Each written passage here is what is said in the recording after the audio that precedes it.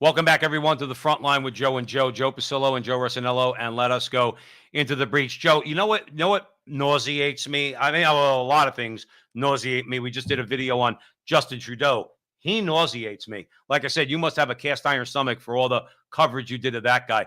What nauseates me is little know-it-all, particularly female liberal reporters. She's gonna get RFK. She's gonna get him with a gotcha question. And listen, I have some fundamental differences with the guy, and depending on how things shake out, don't know if he's part of Trump's ticket. If that happens, if I'm going to vote for Trump, I don't know. I have to wait for more information. What I do think, and what you have said on this show at the front line with Joe and Joe, is he's objective. He's a straight shooter. He is an American. He believes in American institutions, and it's just and that's why they hate him, because he acts as an American. He, like I said, he respects the rule of law and the like. But these little dweeby reporters, they think they know it all. Joe, I'm not going to play this whole thing. Just want to watch it for about a minute. But listen to the way she phrases her question. So I wanted to start with sort of the landscape around your campaign. You know, you've got a Republican mega donor funding one of your main super PACs. You've got Ron DeSantis saying he'd put you in his cabinet. Key allies of Donald Trump are saying they want you to be Trump's running mate. Why are you Republicans' favorite Democrat? Well, you know, I started out this campaign saying that I wanted to end the toxic polarization that is dividing America, that I think is as dangerous as any time since the American Civil War. And, you know, a lot of people agree with that. A lot of Americans agree with that. They talk about the future in apocalyptical terms because of the division and don't see where there's a good end. And I feel like somebody needs to stand up and stop talking so much, focusing so much on the issues that divide us, and talk instead about the values that bring us together. And I will talk to anybody. You know, I'm happy to talk to Donald Trump or Joe Biden. I don't attack either of them personally.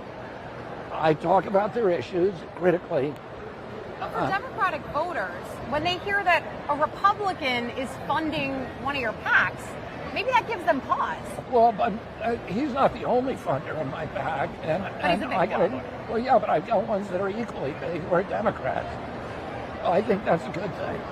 You see the way he put her in her place? You see how what they're trying to say? You're a right-winger because right-wingers support you. How about what he said? How about, Joe, let's say for argument's sake,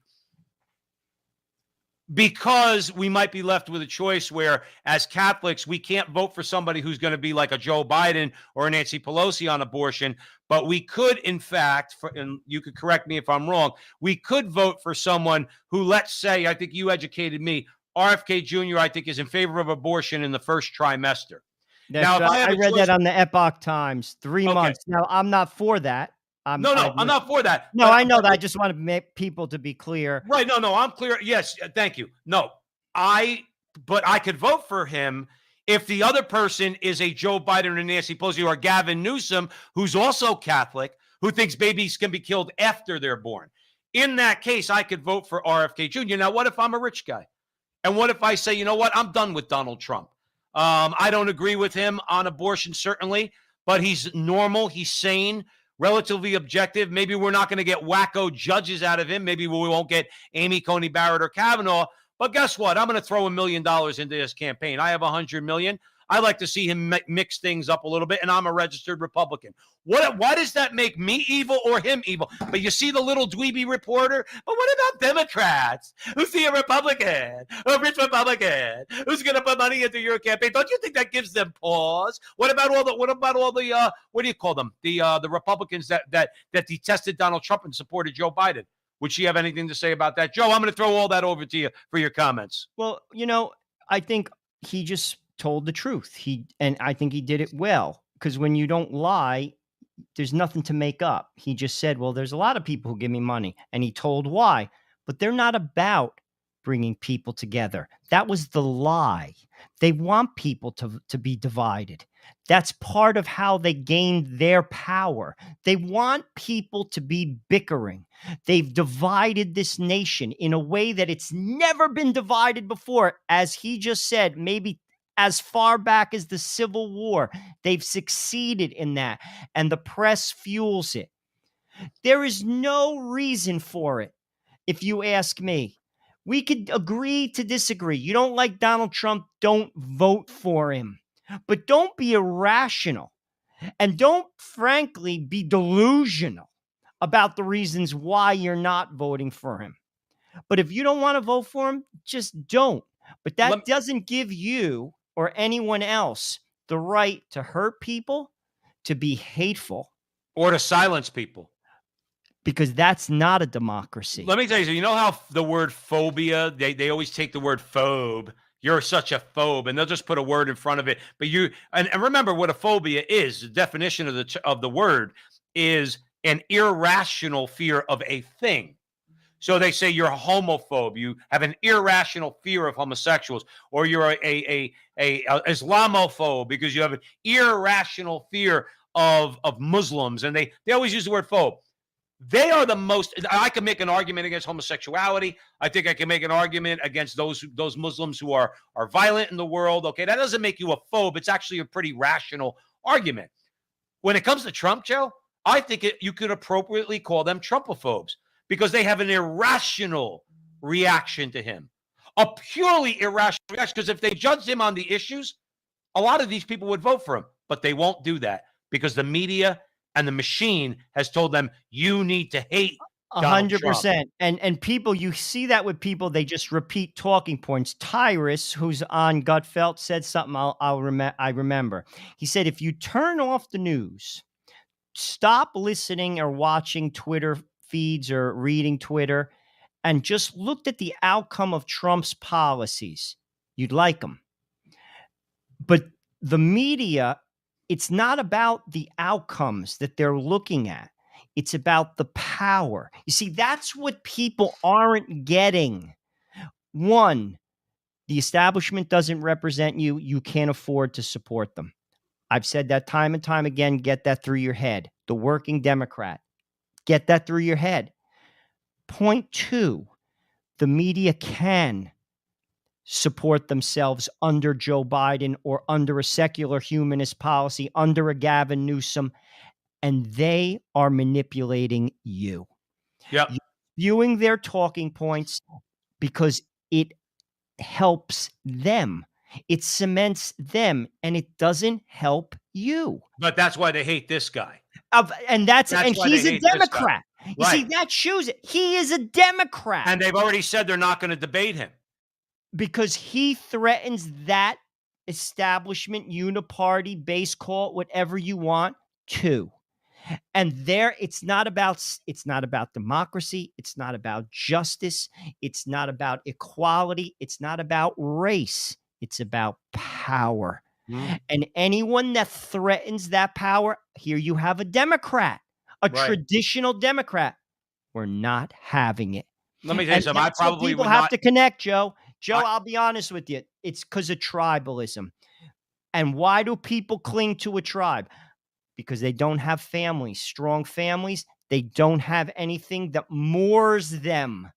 Our country is not moored. Well, that's what I was going to say. I was like, if you go back to, let's say, John F. Kennedy, if you go back to Harry Truman, okay, Harry Truman was an American. He believed in unifying Americans. JFK was an American. He believed in unifying the country. LBJ was just a crook and a racist. So he's just a one-off. Jimmy Carter, I disagree with on so many things. I believe in his heart. He wants to be a moral man. Obviously, I don't know how you can support abortion, but nonetheless, Jimmy Carter was an anti-American. But starting with Michael Dukakis, and yeah, please don't tell me Clinton was a unifier. Clinton was just slick when it came to the way he used to sow division. But you talk about Clinton, how dysfunctional of a person that he was. Look at the family structure that he came from. His father died in a ditch, Joe. Died in a ditch. Mm-hmm. Women coming through, his mother, single family, broken person. Look at Barack Obama's family, abandoned by his father, abandoned by his mother. You don't think that those wounds aren't still real inside of him? This is my point.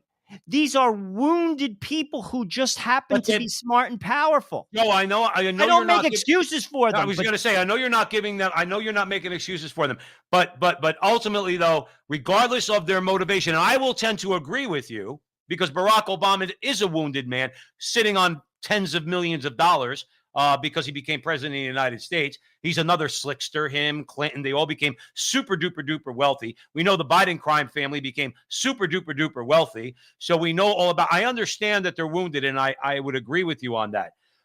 But nonetheless, we have to fight them tooth and nail of because I'm course, not going to have. Look, believe me, I'm wounded too, to a degree. We're all wounded to a degree. I'm I not don't need making their wounds excuses. being projected on me or you or our families or anybody else. Joe, I'll give you the final word. I'm not making I'm just telling you know. the realities, and what I'm trying to say is that's why people are unmoored.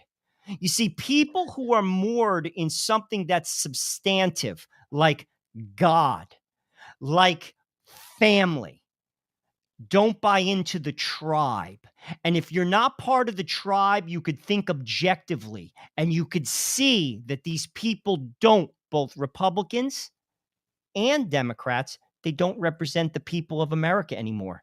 But I believe in the tribe because I have nothing else. And that's where America is in large part. 5 out of 10 people come from broken homes. They don't have any ties that bind. The ties that bind, frankly, are what's on the internet. The stupid political pundit show that they listen to, the people that they drink themselves into a stupor with and then sleep with and have broken relationships with. That is 50% of America, both Democrat and Republican. And that's why we have our problems. If you don't belong to the tribe, you're moored. And if you're moored, you don't buy the BS. And there's not enough people who are. And that's why America doesn't work anymore. Well, let's hope something happens to straighten it out. I'd like to see an act of God, me personally. Let's leave it there. Thank you for joining us at the front line with Joe and Joe. Remember, wherever you see us, particularly on Twitter and Rumble, like, subscribe, share, follow, do all that fun stuff. Thanks again. We'll see you soon.